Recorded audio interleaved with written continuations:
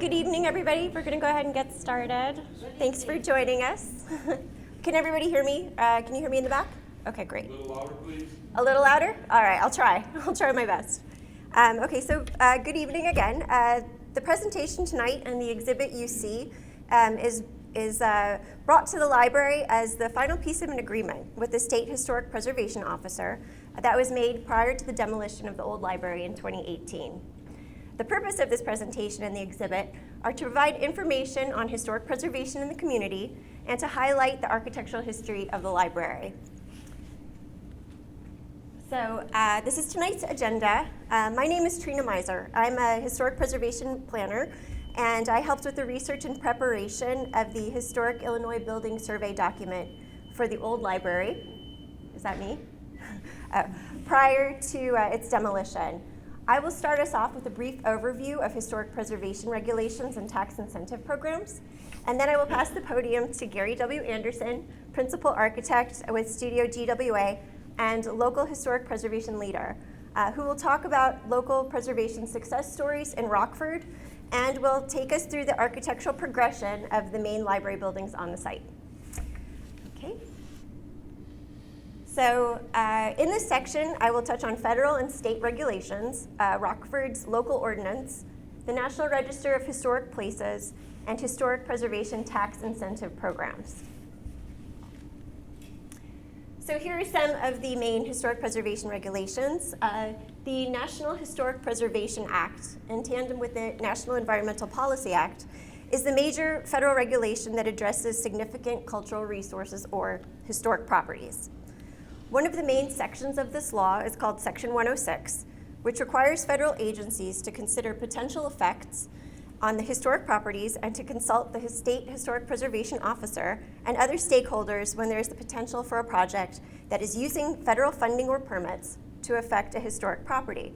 This can include road and transportation projects, utility work in waterways, for example, Department of Housing and Urban Development building projects, and any other projects funded by federal grant programs.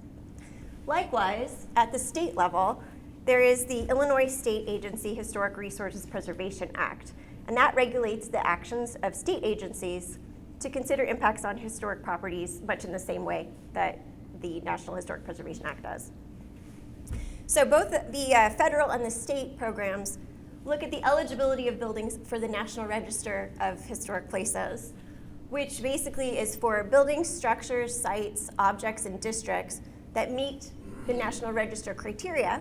And that could be whether it's associated with an important historic event, a historic person, or it has a very unique design or significant design, or has information potential. And then also it must retain integrity. So there's a whole evaluation process to determine whether or not a building is eligible for the National Register. Then also, locally, the Rockford's local historic preservation ordinance also has a review process, which some of you probably are familiar with, for locally designated landmarks. So you also have the Rockford Historic Preservation Commission, which is to provide proactive and practical guidance and resources to preserve structures and neighborhoods of historic significance. So the RHPC is authorized to maintain and enforce guidelines on changes made to properties that are either locally designated or within a locally designated district. So these are some of the National Register buildings that you're probably all familiar with here in Rockford. As you know, there's Memorial Hall, the William Brown Building, and the East Side Center, just as examples. So just quickly, the review process for the Rockford Public Library followed these the Illinois state regulations, which from the planning process, and in this case, it was the demolition of the old building that triggered the process. We went through a determination of eligibility for the old building, which its historic integrity was in question, but the State Historic Preservation Officer decided it was historic. So we went through a finding of effect. A finding of effect process is the analysis to see, whether a project is going to, have an adverse effect on a historic property, and in this case, demolition would be an adverse effect.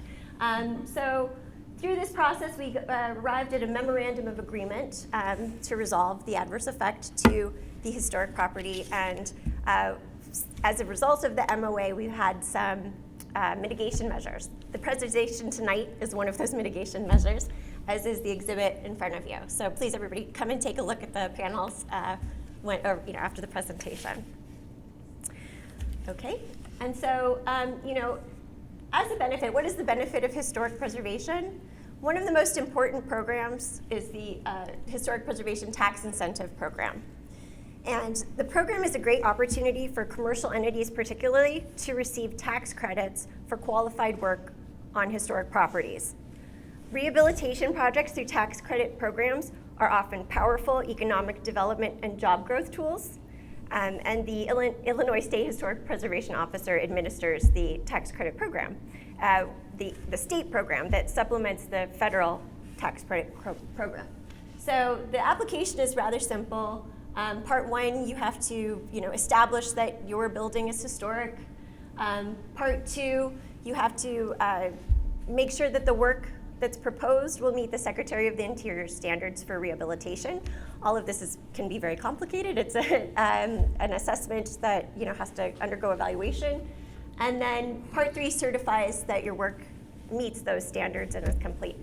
The benefit of the tax credit programs is that for qualified rehabilitation expenditures, the federal tax credit is 20% of those expenditures. And then in Illinois, to top that off, if your building qualifies, there are other programs that could include 25% off your Illinois state tax credits and other benefits. So just to illustrate some of the successful historic tax credit projects here in Rockford, I'm actually going to now pass it over to Gary, who is going to talk about some of the success stories. Good evening.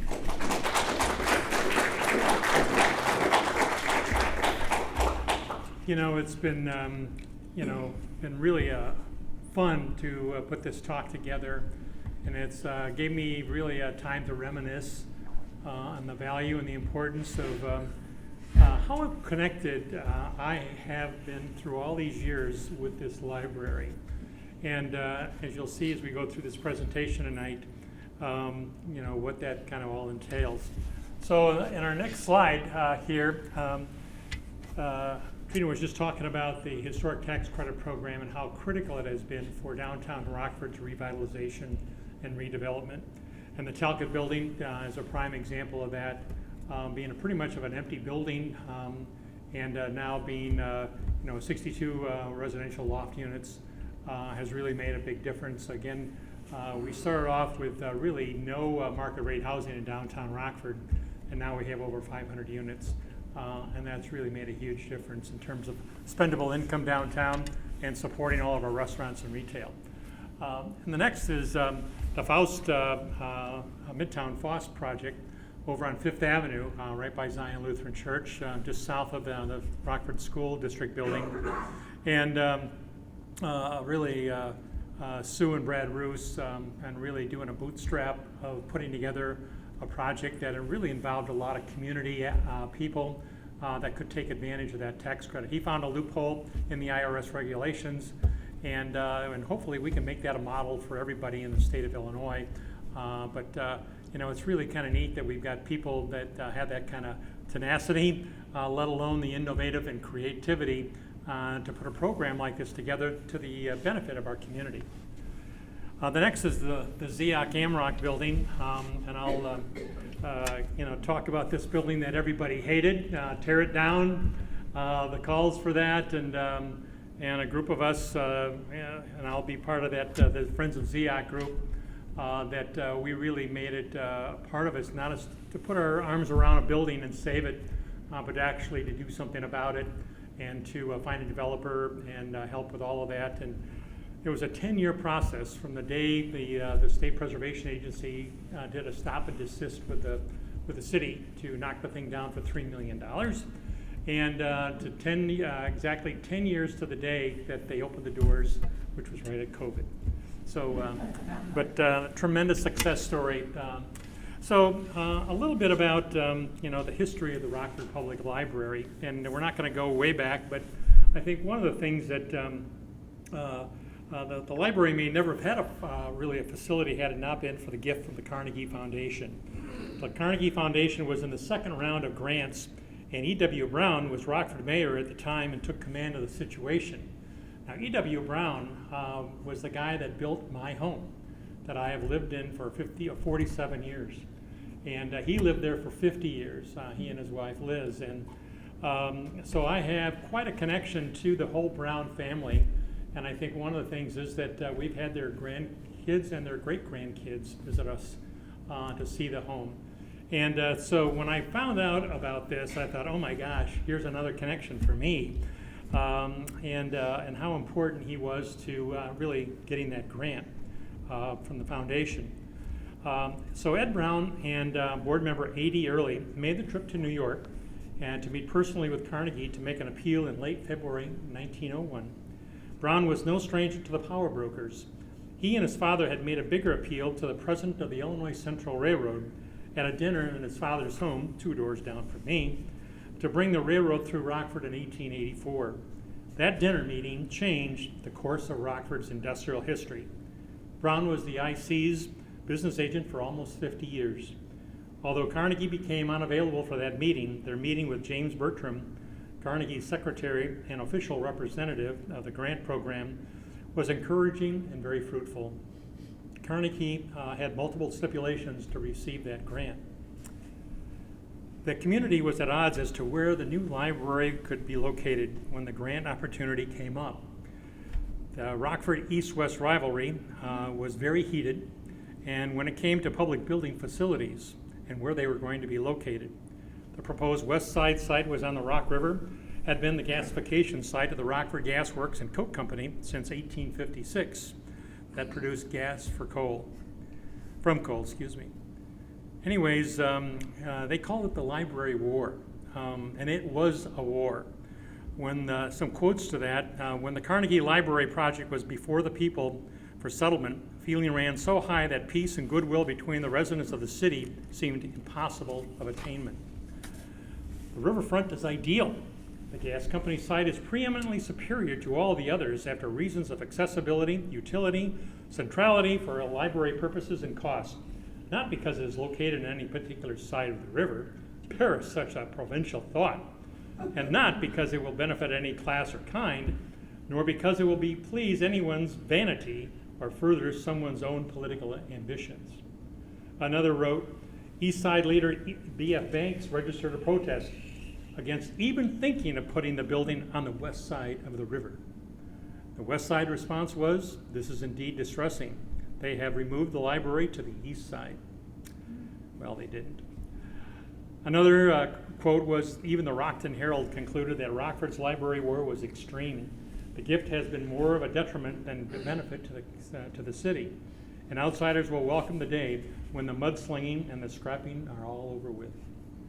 So, the library committee at the time had little money, and they had to make a choice to be considered for the next grant cycle. The cost of the gasworks site was considerably less than the proposed east side site, which was much smaller as well. The library was initially funded with $60,000 from the Carnegie Foundation. Now, Carnegie also had another $10,000 to that gift, but because of cost overruns and the delays that had occurred. So our local architects, Bradley and Carpenter, were selected as the architects, and they were also the architects for Memorial Hall right across the street. Ironically, the Memorial Hall Veterans Committee had turned down the site as being too contaminated and selected the current site of Memorial Hall across the street. They were influenced by the Beaux-Arts, the architects, and the revival of the Greek and Roman colonnaded temple front design. So the design of the Memorial Hall and the library entries are very similar with the temple front design of columns and gable roof. Memorial Hall was clad in Indiana limestone, and the library used the Roman-style brick masonry that became popularized with the Prairie-style architecture. So the wraparound stone cornice and the horizontal stone banding were defining features of the library. A copper dome was located above a circular clear-story bank of windows to provide daylighting to the central two-story atrium space. Generous window space on all four sides of the building provided lots of natural daylighting into the interior on each floor. As the library grew its circulation, changes occurred in 2024, or 1924 and 25, when the two-story atrium was infilled to add more floor space on the second floor, again for expansion. And again when the Natural History Collection was relocated to Burpee Museum in 1939. Landscaping the exterior and beautifying the riverfront was a top priority. This was formerly an industrial site, and the surrounding property conditions were very unsightly. The site to the north was the waterworks where the city water wells and pumping station were located. There was a recognition by civic leaders that adding green space was an important feature for growing communities. Robert Tinker designed the grounds, one of the founders of the Rockford Park District that was formed in 1909. And another connection, over the last 40 years, I worked on Tinker Cottage and the restoration and the preservation of that facility. And certainly Robert Tinker was a very close friend of Edward Brown as well. So in 1957, architect Charles Betcher was hired to begin planning the library expansion. The dome was removed in 1961 to begin the preparation of that. In designing the expansion, Betcher was criticized for keeping the original building design intact adjacent to the contemporary designed addition. And when you see this, I had no idea that this had occurred. And knowing Charlie Betcher, it was amazing to me that he had the sensitivity with the old buildings as well as the new. But as the original design eliminated a lot of the windows, but there was such an uproar about what the community felt about keeping the old building that he ended up changing it. So he redesigned the expansion again, and the construction of the addition commenced in 1962 and was completed in February 1964. There was a pause in renovating the original building due to funding issues. Funding has always been problematic throughout the library's history due to economic collapses, budget shortfalls, and the need to expand facilities. In 1966, the state of Illinois came through to the rescue with much needed funding to start the renovation and add a third floor to the original building. You know, you got to remember it took 5 years to get from the addition to finishing up the original building and redoing it. The original Carnegie Library building should have been really totally demolished, but the original exterior bearing walls were retained to save money, which proved to be problematic in the future, and I'll talk about that a little later. It was the library was completed in 1969, and I must note that Charlie Betcher was my mentor, and he was the one who inspired my community advocacy for the past 50 years. He opened so many doors for me, and I will be forever grateful for what he did and his mentorship to me. You know, at the time I was doing my, this was back in the summer of '68, and I was doing a civic center design because they hadn't one, nobody had one to show the public what the civic center could look like. And when I completed it, Charlie Betcher said, "Hey, I need to have you show this to all these industrial leaders in our community." So I must have visited probably 20 to 25 of these leaders throughout the community, plus it really got me activated in the with the mayor and all the aldermen making my pitch, and that was really the very beginning of my advocacy and getting comfortable with talking with anybody about a vision and a dream. So it's been very ironic for me to have been a part of a team that one demolished his building, but Charlie was he was a great visionary and a change agent. And I think he would understand the issues we face and approve our contemporary design. Some of you may remember when Charlie was chairman of the Civic Center board, they had a brand new building over here that had rolling glass panels coming down. Paul Rudolph was the star architect from New York. And that building ultimately was built in San Diego. And so you can see it there as to what we could have had.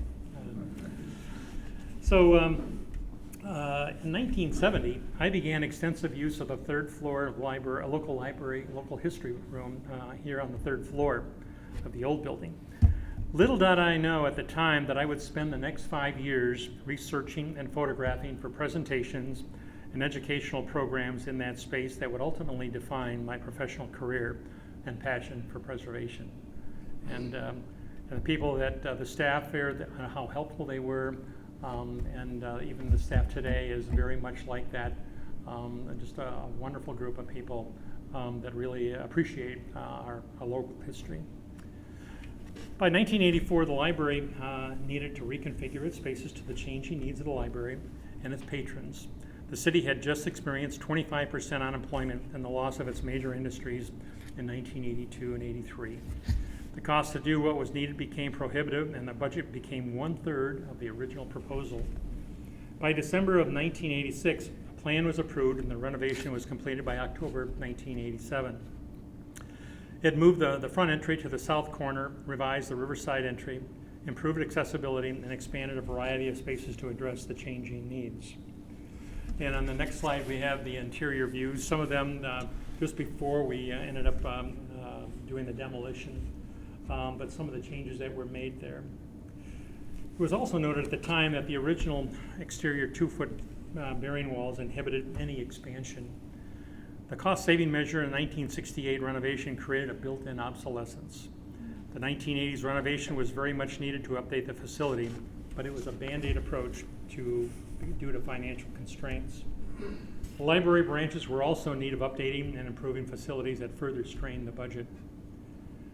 In my earlier remarks, I stated that this was a former gasification site that was abandoned in 1900.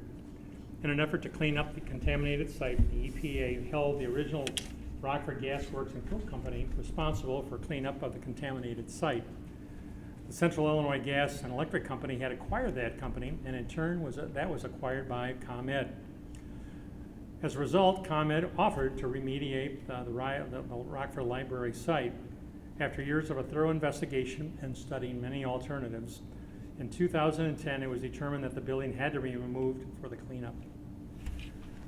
In 2014, the library began the process of selecting an architect for the replacement library.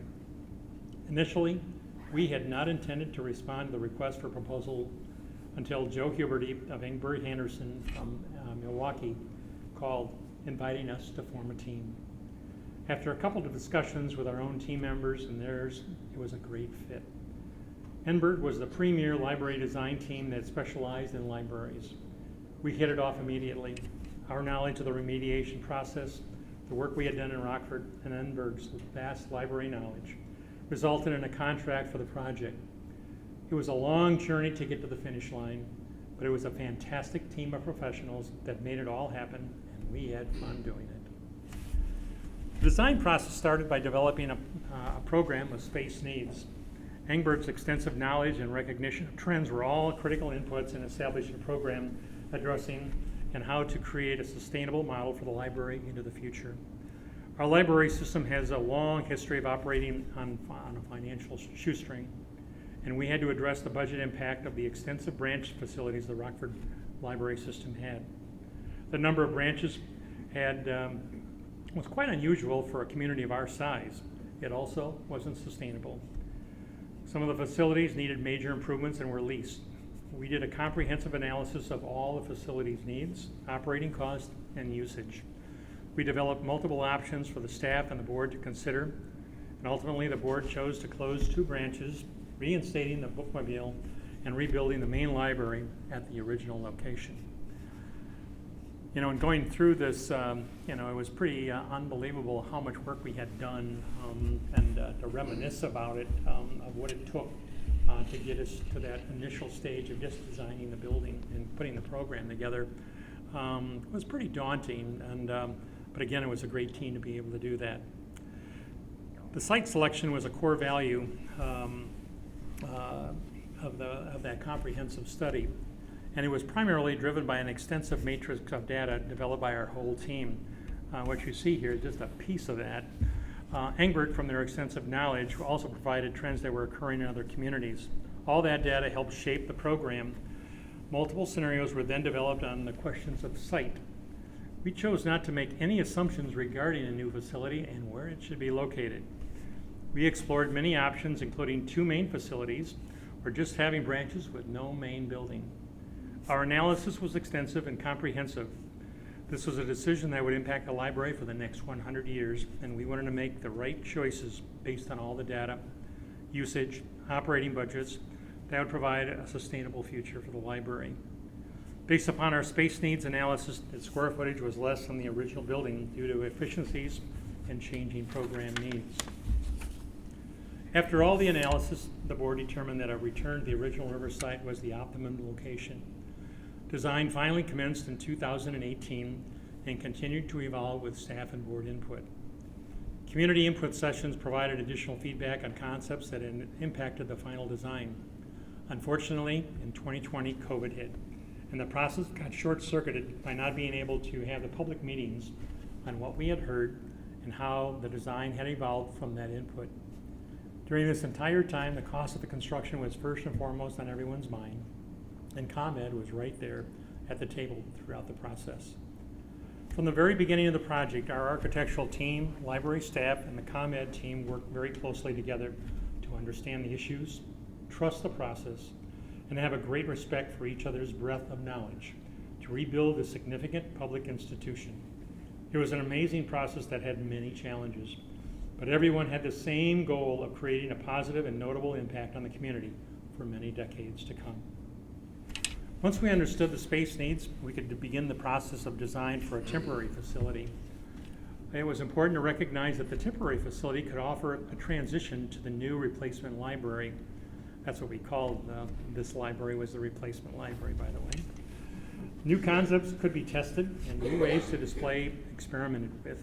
However, selecting a temporary site had complexities of its own. The temporary site had to be a fully functional facility for 5 years during the remediation and reconstruction. The board had wished it to be within 8 blocks of the original site. With all the data in hand, we identified multiple sites, and the Hart Building site on North Church Street was selected primarily for its floor loading capacity for the book stacks. It was a smaller space than the original building, but greater efficiencies helped reduce the need for space, and some volumes could be archived with limited public access. It was also only 2 blocks away from the original building. Additionally, the building offered very good redevelopment opportunities that could benefit downtown's revitalization after the library returned to the replacement library site. The building had been utilized as a county juvenile jail, and the original glass storefront had been bricked in. The work was extensive, and the reinstallation of the glass storefront changed the look and feel of the street and certainly made it more marketable for future use. The daylighting feature was also a preview of what to expect in the new building. The site offered an excellent opportunity to incorporate, experiment, and test new design concepts for the replacement library, such as the makerspace and other ideas. The design of the library was a team effort. The board set the tone of the discussions with their openness to new ideas and concepts.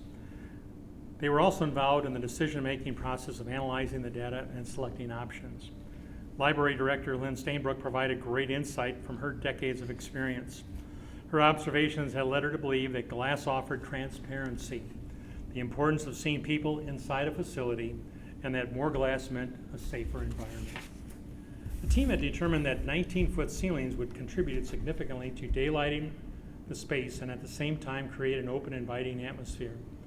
The public spaces on the first and second floor were of primary importance, and incorporating high ceilings and the flooding of the spaces with natural daylighting made all the difference in the world. The daylighting was intentional to lift people up, creating a welcoming atmosphere and giving and providing a great learning space. The old library looked more like a mausoleum than a library, and we all wanted more exterior glass. And remember, that old original library had a lot of glass and a lot of windows, but it got covered up in the 62 and 68 edition. The newest energy code impacted our design, but with the new technology and glass material coatings, we were able to overcome those concerns. The selection of exterior cladding was primarily driven by material costs, longevity, and keeping within the budget we had set for the exterior. The opportunity to utilize exterior roof decks overlooking the river right here was a big desire, and it was reinforced with the community input sessions. The shading devices on the windows were connected to the HVAC control system to reduce cooling loads and to also increase solar gain for heating. Just take advantage of the great river views and the interaction of interior and outdoor spaces. The maker space was an experiment in the temporary space, and it was expanded in the new building to appeal to diverse interests and needs, to encourage, mentor, and support imaginations, dreamers, and a hope for a better future for its users. The children's area was intended to be a fun, interactive space that could be programmed for a variety of activities. The shelving of books is intended to maximize the visibility of book covers on all shelves throughout the facility to entice exploration. A variety of individual reading and study spaces conducive to study were an essential part of the design. The third floor includes large flexible spaces that open to the exterior and roof terraces to provide more community meeting space and rental activity. And on the first floor, we had a drive-in, a drive-up, pickup, and depository. Patrons had asked for the convenient drive-up and depository that was located ultimately on Wyman Street. The library also took advantage of the excavated terrain and incorporated a lower-level enclosed garage and maintenance facility. And then in 2020, COVID hit when we were under construction, and the pandemic had quite an impact on all aspects of the project. Availability of exterior materials, supply chain issues, and after COVID, the sharp rise in inflation all had an impact in delaying the construction schedule. These issues contributed to higher costs